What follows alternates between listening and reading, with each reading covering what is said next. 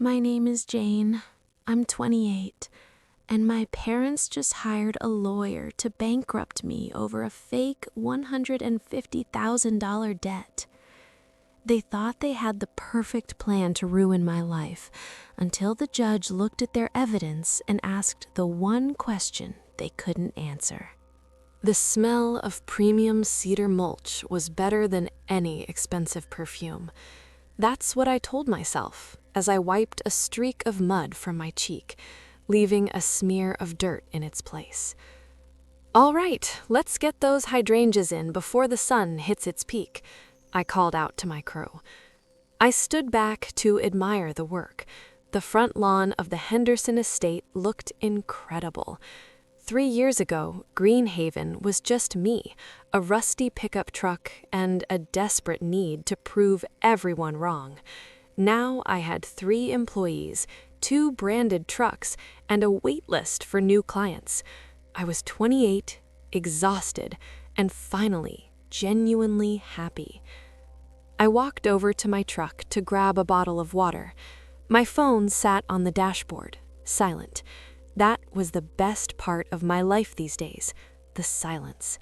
No frantic texts from my mother, Deborah, criticizing my weight or my career choice. No voicemails from my father, Richard, telling me how I was squandering my potential.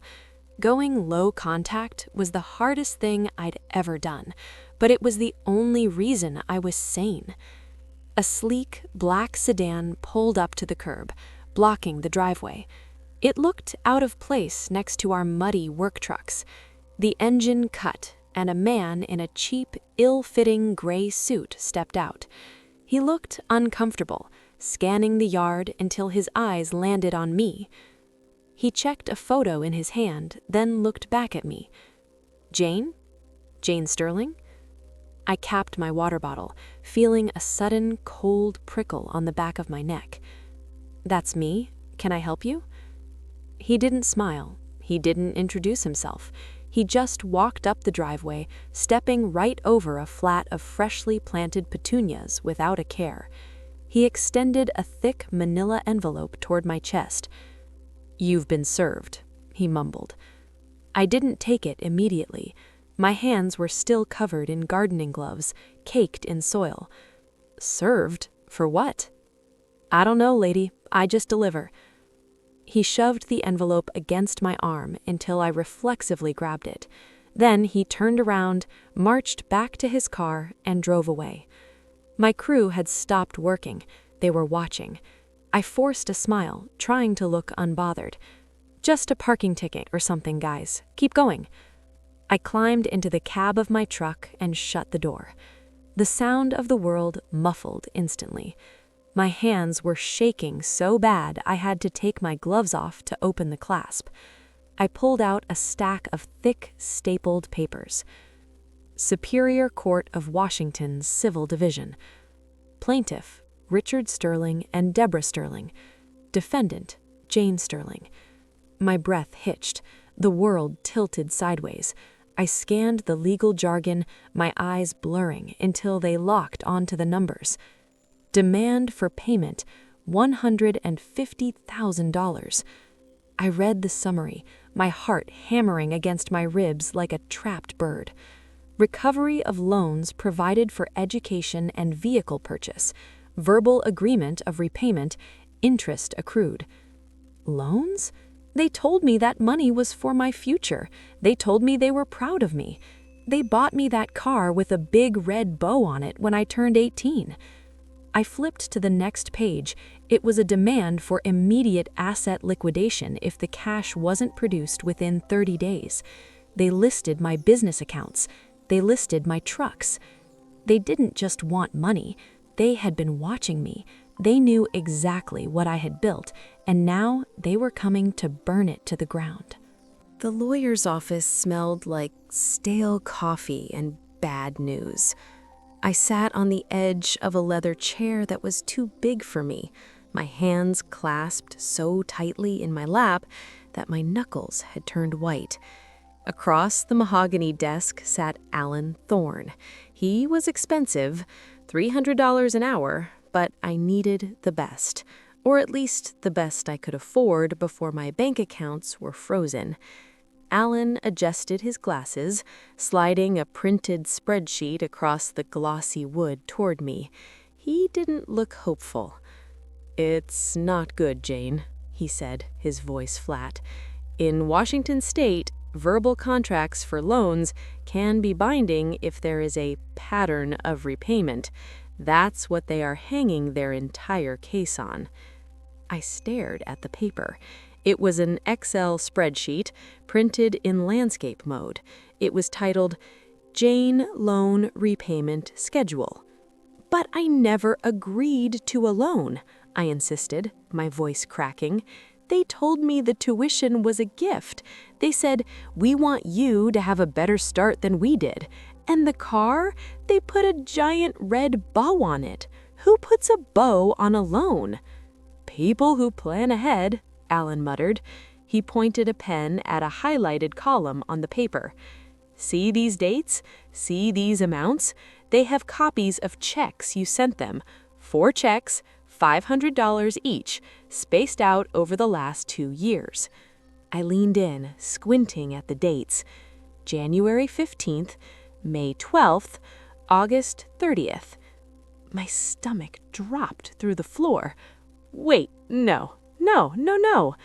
Is that your signature on the checks?" Alan asked. "Yes, but..."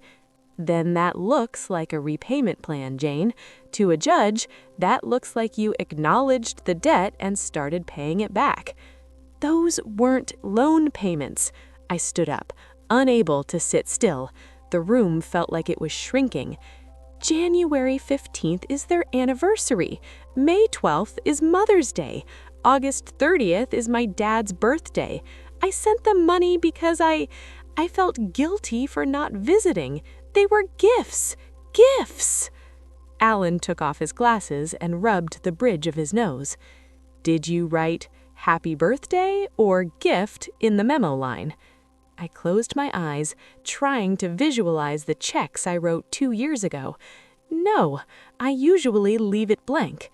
"Then it's your word against theirs, and they have a ledger going back 10 years, claiming interest."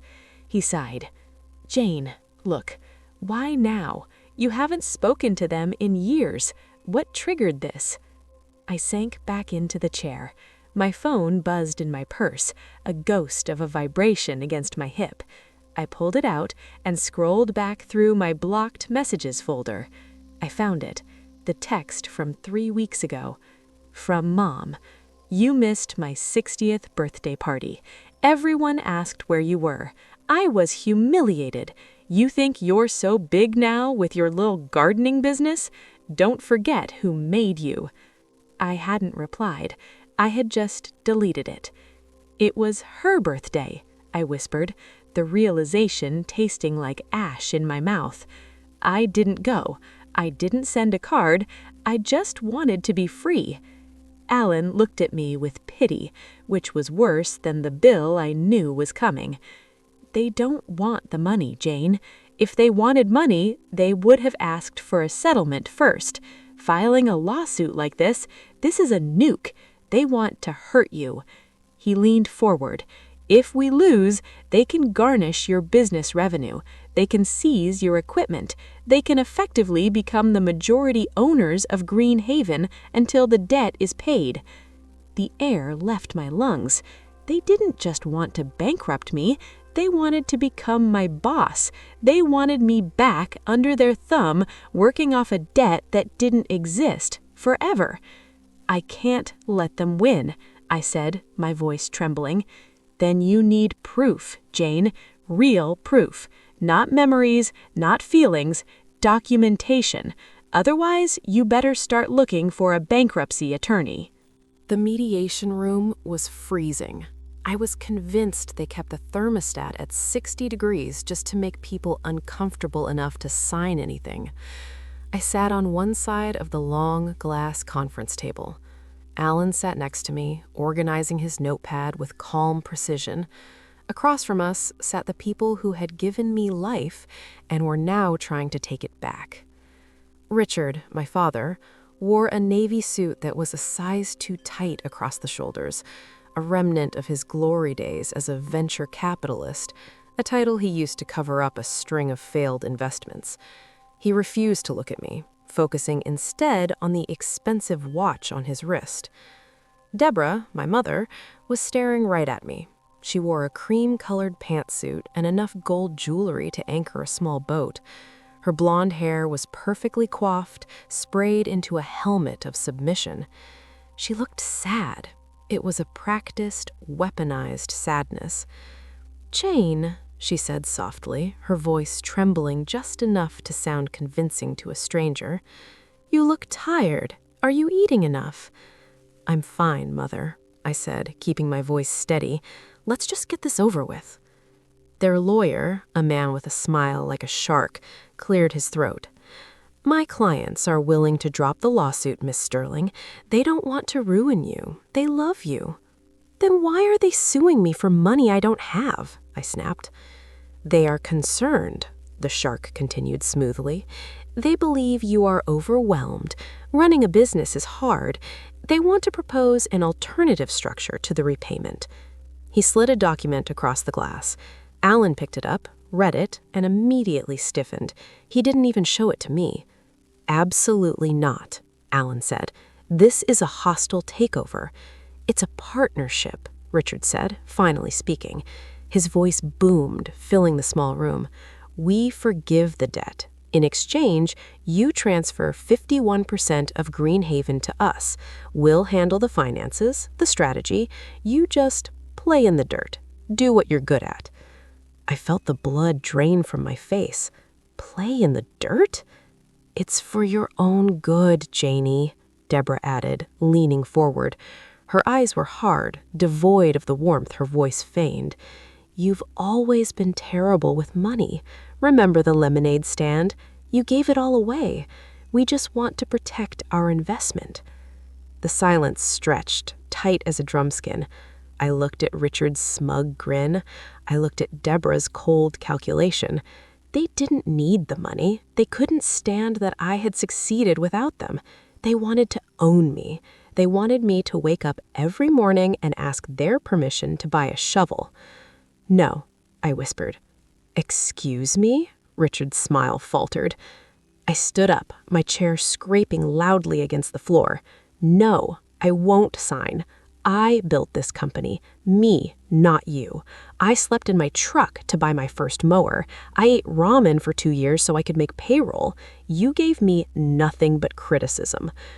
"We gave you $150,000, Richard shouted, slamming his hand on the table. "I gave you a gift," I shouted back, my hands shaking, "and now you're lying about it because you can't control me anymore." "See you in court, little girl," Richard sneered, his mask of fatherly concern completely gone. I turned and walked out. I didn't wait for Alan. I pushed through the heavy doors and burst out into the parking lot, gasping for air. The anger burned hot in my chest, replacing the fear. They thought I was the same little girl who cried when they scolded her. They were wrong. I drove home, not to my apartment, but to the storage unit I rented on the edge of town. I had moved all my old boxes there when I went no contact. Somewhere in that dust and darkness was the truth. I didn't know what I was looking for yet, but I knew I wasn't going to stop until I found it. The storage unit smelled like mildew and forgotten dreams. I sneezed, waving away a cloud of dust illuminated by the single, buzzing, fluorescent bulb hanging from the corrugated metal ceiling. For 4 hours, I had been tearing through cardboard boxes marked college stuff and MISC 2015. My back ached and my fingernails were grimy. The concrete floor was littered with the detritus of my past, old textbooks I'd never opened, concert ticket stubs, dried-out corsages from high school dances I didn't want to go to. I was looking for a contract, a letter, a birthday card where they wrote, "Here is a gift for tuition," anything that contradicted their lies. I found nothing, just piles of passive-aggressive birthday cards from Deborah, "Hope you're eating well, you look thin in your photos," and generic Christmas cards from Richard enclosing $50 checks. I slumped against a stack of plastic bins, defeated.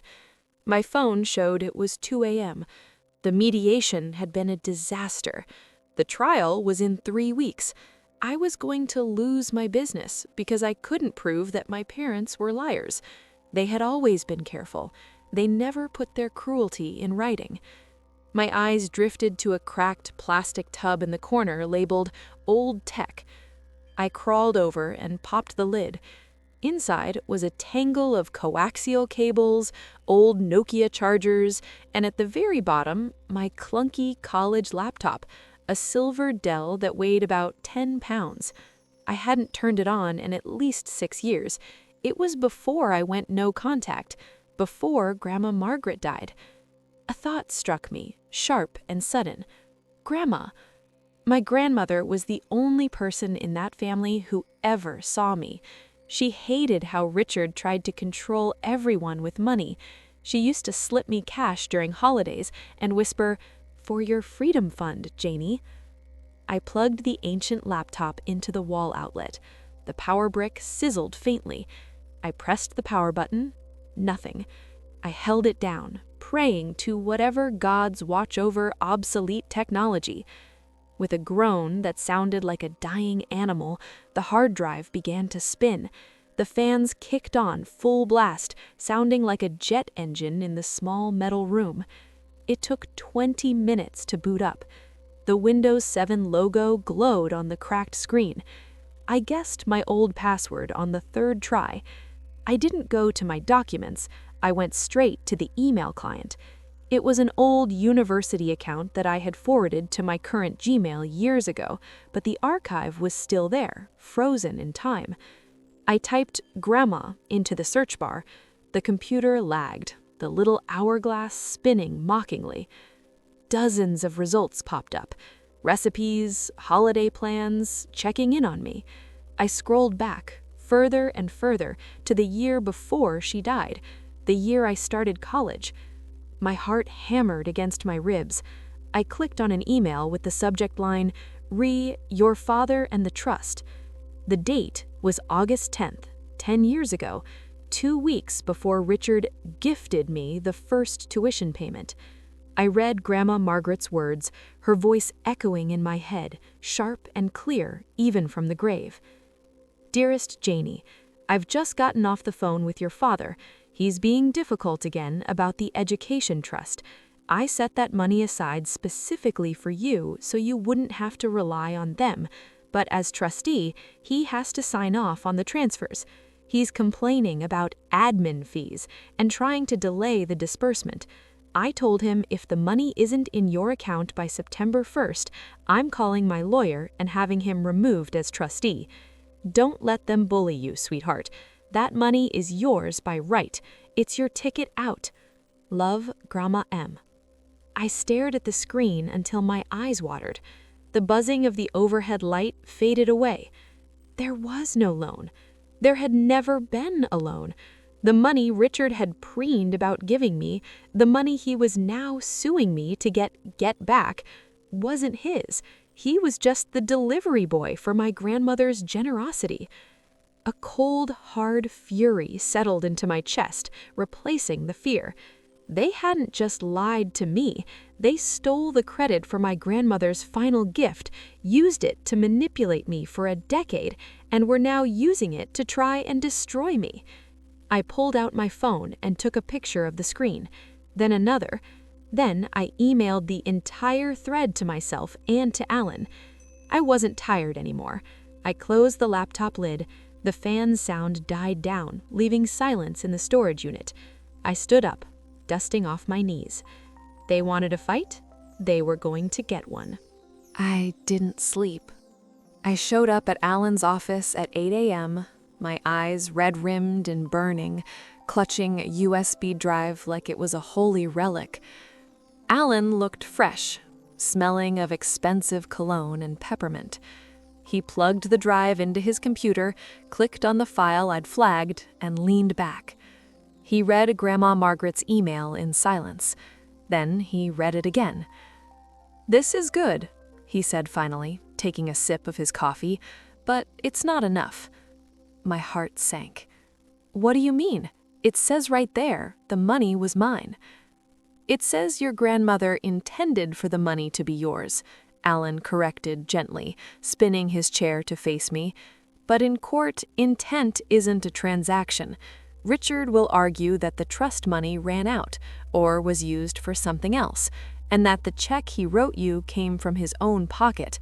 We need to trace the actual dollars." He tapped the desk. "We need to see the money leave the trust and enter Richard's account. Then we need to see it leave Richard's account and go to you. We need the chain of custody." "Grandma kept records of everything," I muttered, pacing the small office. "She didn't trust him. She scanned everything." I grabbed the mouse from Alan's desk, startling him. "Do you mind?" "Be my guest," he said, holding up his hands. I opened the folder I had ripped from the old laptop's hard drive. It was a chaotic mess of files, thousands of JPEGs and PDFs labeled with nonsensical strings of numbers. Grandma wasn't tech-savvy. She used the default settings for everything. "Search for CHK," Alan suggested. "That's how banks usually label check images." I typed it in. The screen populated with hundreds of files. "This is a needle in a haystack," I whispered. "Narrow it down by date," Alan said, leaning over my shoulder. "Look at the date on the check Richard gave you, August 28th, 10 years ago." I scrolled. I found a cluster of scans from August 25th. My pulse began to thrum in my ears, a steady war drum rhythm. I clicked the first file. It was a recipe for lemon bars. I clicked the second, an insurance bill. I clicked the third file. It was a PDF, slightly crooked. It was a scanned image of a cashier's check. Pay to the order of Richard Sterling, amount $150,000, from Margaret H. Sterling Irrevocable Trust. Memo, beneficiary distribution, Jane, education. I stopped breathing. The room went dead silent. I clicked the next file. It was a bank deposit slip. It showed Richard depositing that exact check, $150,000, into his personal Chase checking account on August 26th. 2 days later, on August 28th, he had written me a check for the same amount from that same account, telling me it was his hard-earned savings. "He laundered it," Alan whispered, his lawyer composure cracking into a genuine grin. "He took the trust money, washed it through his personal account to hide the source, and then loaned it to you so he could hold it over your head." I stared at the screen, at the jagged handwriting of my grandmother on the memo line. She had tried to protect me, and Richard had turned her shield into a sword. "This isn't just a defense chain," Alan said, his voice dropping to a low, dangerous register. "This is embezzlement. This is fraud. If we play this right—" "I don't just want to win," I said, my voice cold. I looked at the deposit slip, picturing Richard's smug face at the mediation table. "I want to destroy him." Alan nodded slowly. "Then we don't show them this. Not yet. We wait." "Wait for what?" "For the trial. We let him get on the stand. We let him lie under oath. We let him dig the grave so deep he can never climb out." The courtroom smelled of wood polish and anxiety.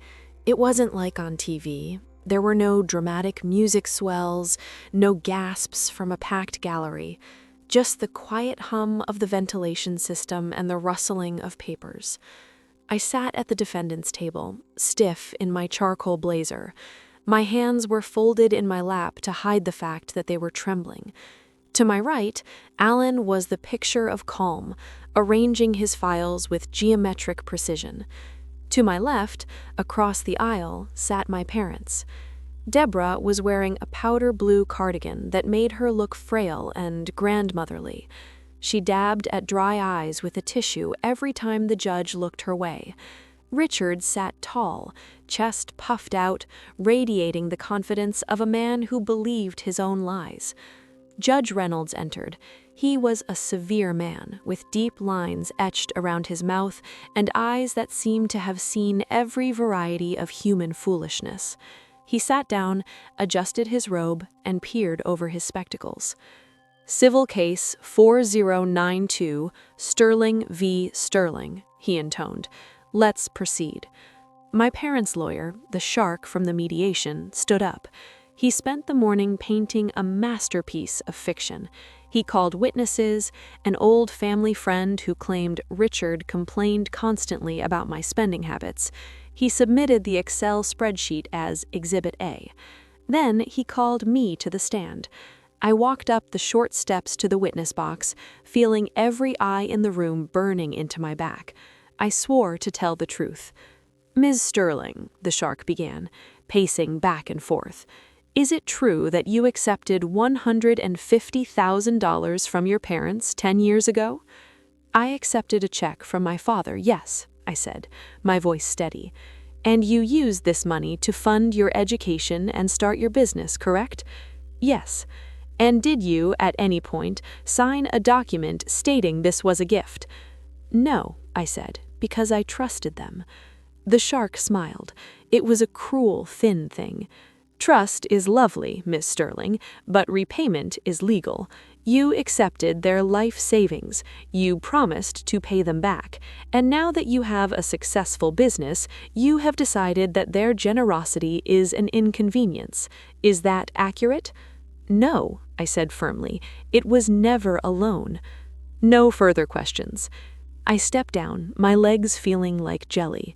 It looked bad. I could see it in the judge's face. He looked bored, like this was just another ungrateful child's squabble. "Your Honor," Allen said, standing up, "the defense calls Richard Sterling to the stand." Richard buttoned his jacket and strode to the stand. He winked at Deborah before he sat down.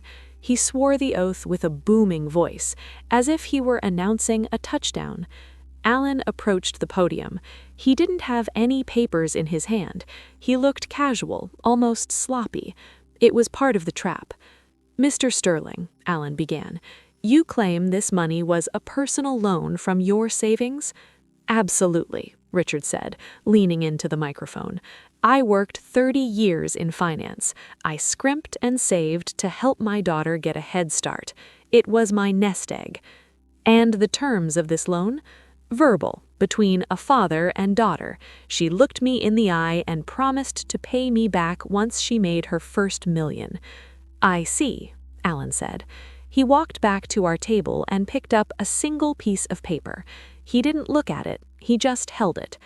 "So, to be clear, under penalty of perjury, you are stating that the funds originated from your personal earnings?" "I am," Richard said. He looked annoyed now. "How many times do I have to say it?" "Just once more," Allen said softly. He walked up to the witness stand and placed the paper in front of Richard. "Then can you explain to the court why the check you deposited into your account 2 days before paying Jane came from the Margaret H. Sterling Irrevocable Trust?" The silence that followed was heavy, absolute, and suffocating. It felt as if the air had been sucked out of the courtroom, leaving a vacuum that pressed against my eardrums. Richard looked down at the paper Allen had placed on the witness stand. He stared at it for a long time. I saw his Adam's apple bob as he swallowed hard. The ruddy, confident flush on his cheeks drained away, leaving him a sickly shade of gray. Richard started, his voice cracking. He cleared his throat. "I don't recall this specific transaction. It was 10 years ago. I manage many accounts." "Let me refresh your memory," Allen said, his voice deadly calm.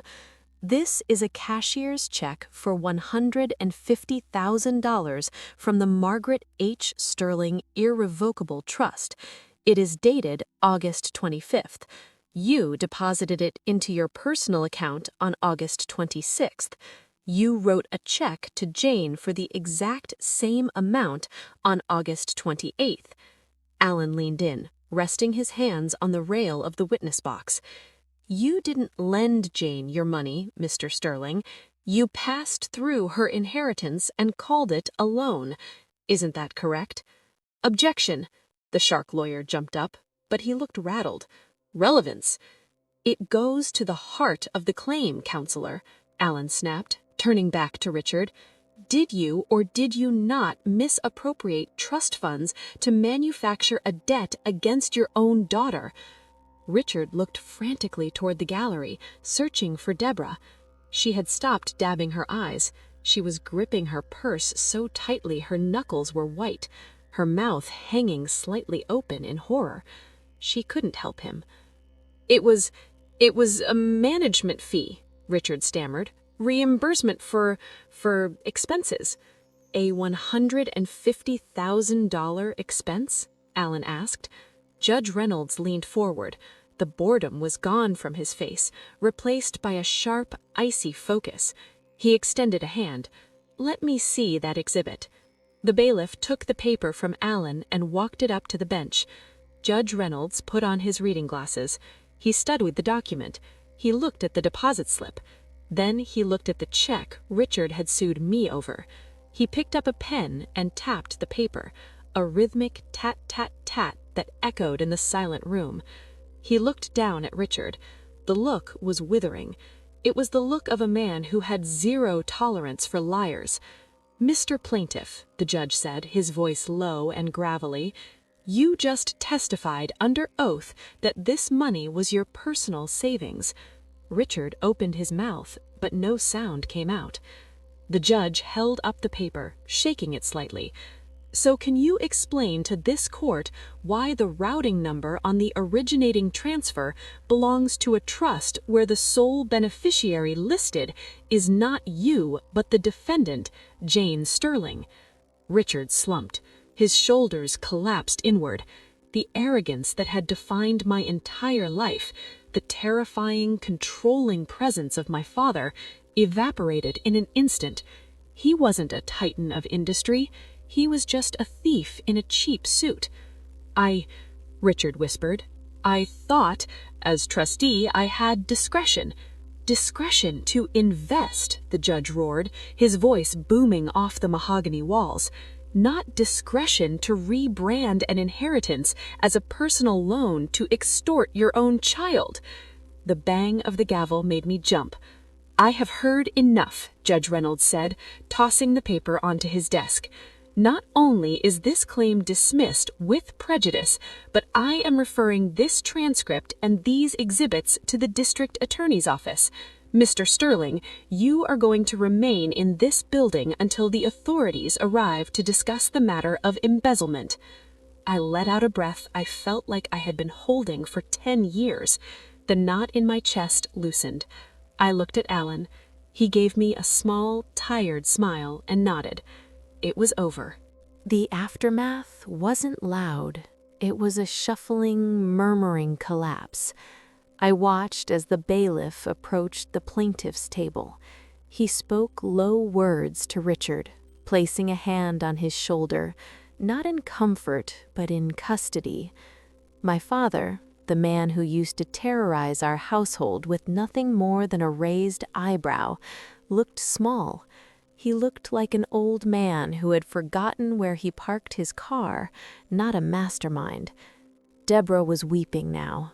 Ugly, jagged sobs that echoed in the high-ceilinged room. She reached for Richard's arm, but the bailiff stepped between them. Miss Sterling, Alan whispered, touching my elbow. Let's go. The air is better outside. I stood up. My legs felt heavy, like I had just run a marathon. I gathered my purse and the USB drive, the little piece of plastic that had saved my life. As we walked down the aisle, I had to pass them. Deborah looked up. Her mascara was running in black streaks down her face. She saw me, and for a second, the sorrow shifted back to that familiar, sharp venom. How could you? She hissed, her voice wet and trembling. He's your father. I stopped.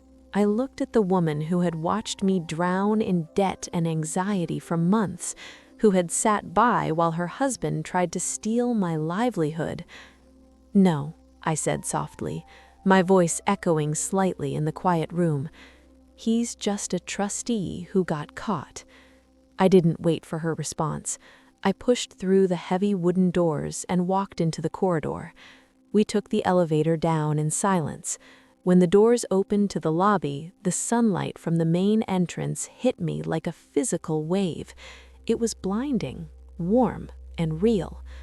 "So," Alan said, stopping at the bottom of the courthouse steps. He loosened his tie, looking more relaxed than I'd ever seen him.